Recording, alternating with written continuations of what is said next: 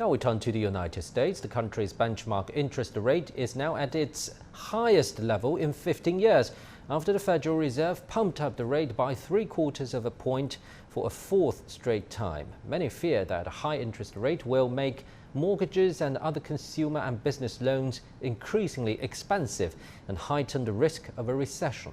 Owen Fairclough has the story. Another steep interest rate hike. But is the US central bank about to give businesses and consumers a break? It will become appropriate to slow the pace of increases as we approach the level of interest rates that will be sufficiently restrictive to bring inflation down to our 2% goal. Even so, we still have some ways to go. Federal Reserve Chair Jerome Powell's decision to raise the rate that influences the cost of credit such as mortgages by 0.75% to around 4% was widely expected. Some members of the Fed are now pressing Powell to ease up on the pace of those rate hikes, designed to rein in the highest inflation for 40 years.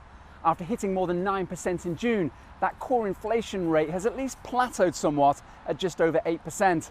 Of course, that's way beyond the 2% the Fed thinks is sustainable for long-term growth, but it does make the case for less aggressive rate hikes going forward more compelling.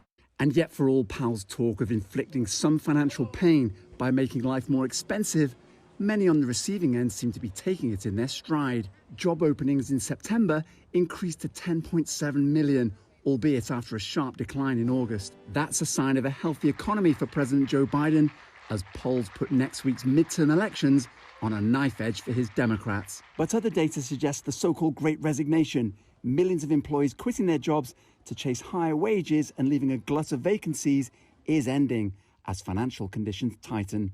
So US voters who are homeowners are now paying hundreds of dollars a month more in repayments as they cast their ballots in the midterm elections. Owen Fairclough, CGTN, Washington.